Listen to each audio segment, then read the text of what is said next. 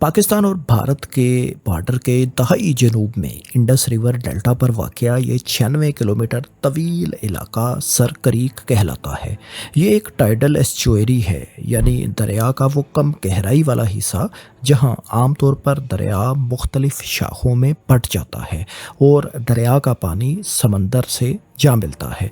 लेकिन जब समंदर में हाई टाइड या मद्दोजज़र होता है तो समंदर का पानी इन एस्चुएरीज के ज़रिए उल्टा दरिया की तरफ भी बहने लगता है। ये सिलसिला इस तरह चलता रहता है। सर क्रीक का मकामी नाम बन गंगा हुआ करता था, लेकिन 20वीं सदी के अवाइल में एक ब्रिटिश ऑफिसर के नाम पर इस इलाके का नाम तब्दील करके मौजूदा नाम रख दिया गया। बज़ाहिर तो इस पूरे दलदली इलाके में सर क्रीक की कोई ख़ास अहमियत नहीं, लेकिन ये इलाका भारत और पाकिस्तान के दरमियान मतनाज़े है। सर क्रीक तनाज़े को आमतौर पर इतनी अहमियत नहीं दी जाती और बहुत से लोगों को तो शायद इसके बारे में मालूम भी नहीं होगा, लेकिन इससे मुल्हिका रीजन रन ऑफ कच्छ में पाकिस्तान और भारत के दरमियान 1965 में एक मुख्तसर जंग भी हो चुकी है। 96 किलोमीटर तवील सर क्रीक में पाकिस्तानी दावे के मुताबिक पाकिस्तान का बॉर्डर क्रीक के ईस्ट में वाक़या है, यानी इस एस्चुएरी या खाड़ी पर पाकिस्तान का मुकम्मल हक बनता है। लेकिन भारत पाकिस्तानी क्लेम को मुस्तरद करता है और भारत के मुताबिक यहाँ पाकिस्तान और भारत का बॉर्डर एन दरमियानी लाइन को फॉलो करता है। यूँ पाकिस्तान और भारत के क्लेम्स इस खिते में ओवरलैप करते हैं। कारगिल जंग के बाकायदा खात्मे को भी एक माह भी नहीं गुजरा था कि 10 अगस्त 1999 को यहाँ एक अफसोसनाक वाक़या पेश आया। इस इंसिडेंट में भारत के मिग 21 फाइटर जेट ने पाकिस्तान नेवी के एक मैरीटाइम पेट्रोल एयरक्राफ्ट को निशाना बनाया, जो सर क्रीक के करीब पाकिस्तानी फ़ज़ाई हदूद में ही परवाज़ कर रहा था। इस अफसोसनाक वाक़े में पाकिस्तान नेवी के 16 एहलकार शहीद हो गए थे। दोस्तों, अब सवाल ये पैदा होते हैं कि ये रीजन आखिर मुतनाज़ा क्यों है? आखिर इस इलाके की क्या अहमियत है? क्या पाकिस्तान और भारत ने इस मसले के हल के लिए कभी कोई संजीदा कोशिश भी की या नहीं? हम इन्हीं सवालात के जवाबात तफसील से और नक्शों की मदद से आपको समझाएंगे। आप वीडियो को आखिर तक ज़रूर देखिए और अगर आप पिक सोचो पर नए हैं तो हमें सब्सक्राइब भी कर लें, ताकि इस तरह का अच्छा मवाद बनाने के लिए हमें हौसला अफजाई मिलती रहे। सबसे पहले हम बुनियादी सवाल की जानिब चलते हैं और जानते हैं कि ये रीजन मुतनाज़े क्यों है। तो दोस्तों, इस तनाज़े का आगाज़ भी 1947 की तकसीम के साथ ही हो गया था। दरअसल रेड क्लिफ लाइन के मुताबिक दो ही सूबों यानी पंजाब और बंगाल को बाकायदा दो मुल्कों पाकिस्तान और भारत के दरमियान तकसीम किया गया था, जबकि बकिया सूबे या स्टेट्स जो बॉर्डर रीजन पर थे उनके तारीखी बॉर्डर्स की बुनियाद पर ही वो पाकिस्तान या भारत के हिस्से में पूरे के पूरे आए। लेकिन यहाँ मसला ये था कि ब्रिटिश इंडिया के इन सूबों के दरमियान हदबंदी के हवाले से अगर कोई तनाज़ा मौजूद था या वाज़े तौर पर कोई बाउंड्री तयशुदा नहीं थी, डिमार्क्ड नहीं थी, तो वो इशू पाकिस्तान और भारत को भी विरासत में ऐसे ही मिला। ऐसा ही एक इशू गुजरात और सिंध के बॉर्डर पर भी था। ब्रॉडर पिक्चर को देखें तो मौजूदा गुजरात और सिंध का बॉर्डर ही दोनों ममालिक यानी पाकिस्तान और भारत का बॉर्डर होना चाहिए, लेकिन मामला इतना सीधा नहीं था, बल्कि गुजरात का शुमाली इलाका तब कच्छ की रियासत हुआ करता था। यहाँ बॉर्डर गैर वाज़े या अनडिमार्केटेड था। इसमें सर क्रीक का इलाका भी शामिल है, जो कच्छ रीजन के साथ मगरिब में वाक़ है। उस दौर के अमेरिकन CIA के डिक्लासिफाइड डॉक्यूमेंट्स भी इसकी तस्दीक करते हैं। आप देख सकते हैं कि पाकिस्तान जो तब वेस्ट पाकिस्तान था, इसका इंडियन पंजाब और राजस्थान के साथ तो पूरे का पूरा डिमार्केटेड बॉर्डर है, जबकि गुजरात के साथ ज़्यादातर बॉर्डर अनडिमार्केटेड है, गैर वाज़े है, तयशुदा नहीं है। जाहिर है ऐसे में फिर इंटरप्रिटेशन यानी बॉर्डर की तशरीह का मसला पैदा हो सकता था और ऐसा हुआ भी। यहाँ पाकिस्तान की इंटरप्रिटेशन के मुताबिक सिंध का जनूबी बॉर्डर रन ऑफ कच्छ में 24th पैरेलल लाइन पर होना चाहिए था। कच्छ का शुमाली इलाका, जिसे ग्रेटर रन ऑफ कच्छ भी कहा जाता है, ये एक सीजनल सॉल्ट मार्श है, यानी बारिशों के मौसम में ये एक लैंड लॉक्ड समंदर होता है, जबकि खुश्की के दिनों में यहाँ सिर्फ ज़्यादा गहराई वाले इलाकों में ही पानी होता है। جبکہ بقیہ علاقہ ایک سفید نمک کے صحرا کا منظر پیش کر رہا ہوتا ہے۔ پاکستان کا موقف تھا کہ اس علاقے میں سرحد کے تعین کے حوالے سے ایک دیرینہ تنازع پہلے سے موجود تھا۔ پاکستان کے مطابق سندھ کے باشندے تاریخی طور پر رن آف کچھ کے شمالی حصے کے محدود وسائل استعمال کیا کرتے تھے۔ پاکستان کا دعویٰ اس بنیاد پر بھی تھا کہ رن دراصل ایک ان لینڈ یا مردہ سمندر ہے، یعنی پاکستانی موقف کے مطابق رن آف کچھ ایک سمندر ہے، لہٰذا اسے بین الاقوامی قانون کے تحت تقریباً 2 برابر حصوں میں تقسیم کیا جانا چاہیے، اور وہ تقسیم کی لائن کم و بیش 24 پیرالل لائن ہی کو فالو کرتی ہے۔ اس حوالے سے پاکستان 1908 اور 1909 کے برٹش انڈیا کے میپس کا حوالہ بھی دے رہا تھا، جہاں رن آف کچھ کو سمندر ہی کا حصہ دکھایا گیا تھا۔ دوسری جانب رن آف کچھ کے بارے میں بھارت کا موقف تھا کہ یہاں بارڈر کا ایشو تھا ہی نہیں، بلکہ رن آف کچھ کا شمال میں جس جگہ اختتام ہوتا ہے وہاں تک کا سارا علاقہ بھارت کا حصہ ہونا چاہیے، یعنی بھارت کے موقف کے مطابق پورے کا پورا رن آف کچھ بھارت ہی کی ٹیریٹری بنتی تھی۔ بھارت کا خیال تھا کہ اس ریجن میں ایک سروے کر کے باؤنڈری کو باقاعدہ طے کر لینا چاہیے، جو کہ پہلے سے طے شدہ نہیں تھی۔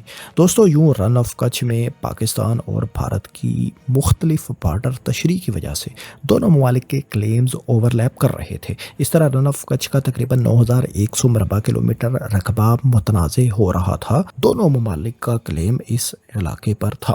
بھارت نے اپنے موقف کے مطابق 1950 کی دہائی میں 24 پیرالل لائن سے شمال میں یعنی متنازع علاقے میں پوسٹیں قائم کرنا شروع کر دیں، جس پر پاکستان کو ظاہر ہے اعتراض تھا۔ فروری 1956 میں انڈین ریزرو پولیس نے علاقے میں موجود انڈس رینجرز کی ایک چوکی چھٹ بیٹ پر قبضہ کر لیا، تاہم پاکستان کی جانب سے کوئی رد عمل ظاہر نہیں کیا گیا اور اپنی رینجرز کو واپس بلا لیا گیا۔ بعد ازاں 1956 سے 1964 تک بھارت اور پاکستان کے درمیان مختلف لیولز پر اس مسئلے کو حل کرنے کے لیے مذاکرات ہوئے، لیکن وہ نتیجہ کے ثابت نہ ہو سکے۔ بھارت جارحانہ اقدامات کرتا رہا اور بھارتی بارڈرز پیٹرول آہستہ آہستہ آگے بڑھنے لگے تاکہ پورے علاقے پر قبضہ کر سکے۔ جنوری 1965 کے آخر تک بھارتی پیٹرولنگ دستے انڈس رینجرز کی چوکیوں مارا، رحیم کی بازار، ڈنگ، کنجھر کوٹ اور ستیار تک پہنچنے لگے۔ بھارتی دستے اکثر پاکستانی چوکیوں کے انتہائی قریب سے گزرتے اور بعض جگہوں پر یہ فاصلہ 300 میٹر سے بھی کم ہو جایا کرتا تھا۔ بھارت کے مسلسل جارحانہ اقدامات کے بعد پاکستان کے پاس آپشنز محدود تھے۔ پاکستان کی 8th انفینٹری ڈویژن کے general officer commanding major general Tikka Khan نے انڈس رینجرز کو حکم دیا کہ وہ کنجھر کوٹ قلعہ پر قبضہ کریں، جو پاکستان ہی کی سرزمین میں پاکستان کے مطابق بنتا تھا، لیکن بھارت نے اس پر دعویٰ بھی کر رکھا تھا اور قبضہ بھی کیا ہوا تھا۔ 22 فروری 1965 کو پاکستانی فوج نے کنجھر کوٹ قلعہ کا کنٹرول حاصل کر لیا۔ اس کے رد عمل میں بھارت نے پہلے تو متنازع علاقے میں نئی چوکیوں کا قیام عمل میں لانا شروع کر دیا اور ساتھ ہی پہلے سے موجود چوکیوں کی ری انفورسمنٹ بھی شروع کر دی۔ اس کے علاوہ بھارت نے اپنی 31 انفینٹری بریگیڈ کو دھرنگادرا سے بھوج منتقل ہونے کا حکم دیا۔ اس طرح بھارت نے مزید کشیدگی پیدا کی اور واضح کر دیا کہ وہ اس مسئلے کو حل کرنے کے لیے طاقت کا استعمال کرنے کا ارادہ ہی رکھتا ہے۔ جب بھارتی فوج کے ریگولر یونٹس کی رن آف کچھ میں نقل و حرکت کی اطلاعات پاکستان کو ملی تو GHQ سے 8th ڈویژن کو احکامات ملے کہ وہ اس صورتحال کا عملی کنٹرول سنبھالے۔ مزید اقدامات کے طور پر بھارت نے گلف آف کچھ میں بحری مشقیں بھی شروع کر دیں، جو بھارتی عزائم کا ایک اور واضح اشارہ تھا۔ بھارتی ملٹری نے مشترکہ سروسز کی ایکسرسائز کو ایرو ہیڈ کا نام دیا۔ یہ مشق ایک brigade group, aircraft carrier INS Vikrant اور کئی ڈسٹرائرز اور فریگٹس پر مشتمل تھی۔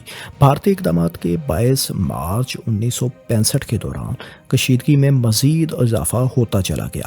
16 مارچ 1965 کو 8 انفینٹری ڈویژن کے GOC major general Tikka Khan نے 51 بریگیڈ کے ہیڈ کوارٹر بدین اور اگلے مورچوں کا دورہ کیا اور کوئٹہ میں موجود 6th بریگیڈ کو حکم دیا کہ وہ آگے بڑھنے کے لیے تیار رہے۔ کشیدہ ہوتی ہوئی صورتحال کے پیش نظر 51 بریگیڈ نے آپریشن ڈیزرٹ ہاک کے تحت 9 اور 10 اپریل کی درمیانی شب بھارت کی سردار پوسٹ پر حملہ کر دیا، جو متنازع ریجن میں پاکستانی غیر متنازع علاقے کے انتہائی قریب واقع تھی۔ بھارتی فورسز کو اس حملے کی وجہ سے بھاری جانی نقصان اٹھانا پڑا۔ پاکستان نے بھارتی فورسز کے 21 اہلکاروں کو गिरफ्तार भी किया, जिनमें एक मेजर भी शामिल थे। यूं रन ऑफ कच्छ की सरहद पर भारत और पाकिस्तान की फोर्सेस के दरमियान होने वाला पहला मार्का भारत की शिकस्त पर ख़त्म हुआ। अप्रैल के वाइल में 6th ब्रिगेड भी मुतनाज़िया बॉर्डर के करीब ही इसी खित्ते में डिप्लॉय हो चुकी थी। फिर दोस्तों अप्रैल के आखिर में 26 अप्रैल को 6th ब्रिगेड ने भारतीय चौकियों पर हमला किया और इसके नतीजे में सेराबिट और बेयारबिट चौकियां अपने कंट्रोल में ले लीं। सेराबिट पाकिस्तानी इलाके में भारतीय चौकी थी। इस कामयाबी के बाद साउथ की जानिब रन ऑफ कच्छ में टिक्का खान मज़ीद ऑपरेशन लॉन्च करना चाहते थे। पाकिस्तान की साइड से इस खित्ते का जिग्राफिया और रसद का इंतज़ाम किसी भी ऑपरेशन के लिए साजगार था, जबकि रन ऑफ कच्छ तक पहुंचने के तमाम रास्ते भारत की तरफ से इंतहाई दुश्वार गुजार थे। पाकिस्तानी फोर्सेस के लिए बदीन का railway station Indian claim line से महज 41 किलोमीटर शुमाल में था, जबकि भारत का बॉर्डर से करीब तरीन रेलवे स्टेशन भोज में 110 किलोमीटर के फासले पर जुनूब में था। यानी सप्लाईज और ट्रूप्स की मूवमेंट के हवाले से पाकिस्तान को वाज़ेह एडवांटेज था। इस मौका पर मज़ीद ऑपरेशन लॉन्च करने से पाकिस्तान को मज़ीद कामयाबी भी मिल सकती थी। पलड़ा भी पाकिस्तान का भारी था और इसके लिए पाकिस्तानी फोर्सेस तैयार भी थी, लेकिन अयूब खान ने मज़ीद कोई ऑफेंसिव लॉन्च करने की इजाज़त नहीं दी। हालांकि इस वक्त ये एक अच्छा मौका था जब 3 साल पहले भारतीय फोर्सेस को एक्साई चिन में चीन के हाथों जिल्लत आमेज़ शिकस्त का सामना करना पड़ा था और भारत के पास मिलिट्री हार्डवेयर भी पाकिस्तान के मुकाबले में जदीद नहीं था। अयूब खान के इस फैसले पर बाज़ मिलिट्री हलकों की तरफ से तनकीद भी की जाती है। 28 अप्रैल को ब्रिटिश प्राइम मिनिस्टर ने सीज़ फायर प्रपोज किया, जिसे भारत ने और पाकिस्तान ने भी एडवांटेज में होने के बावजूद कबूल कर लिया। दोनों ममालिक ने 30 जून 1965 को एक माहिदे पर दस्तखत किए, जिसके तहत पाकिस्तान और भारत मुतनाज़िया रीजन से अपनी अपनी फोर्सेज वापस बुलाने पर राज़ी हुए और बैनुल-अक़वामी ट्रिब्यूनल के ज़रिए इस मसले को हल करना तय पाया। 1968 में Indo Pakistan western boundary case tribunal के फैसले के मुताबिक पाकिस्तान को रन ऑफ कच्छ में अपने क्लेम किए गए 90% इलाके से दस्तबरदार होना पड़ा, जबकि सिर्फ 10% रकबा पाकिस्तान के हिस्से में इस ट्रिब्यूनल के फैसले के नतीजे में आया। बैनुल-अक़वामी ट्रिब्यूनल के फैसले के बाद फिर एक नए तनाज़े सर क्रीक डिस्प्यूट ने जन्म लिया।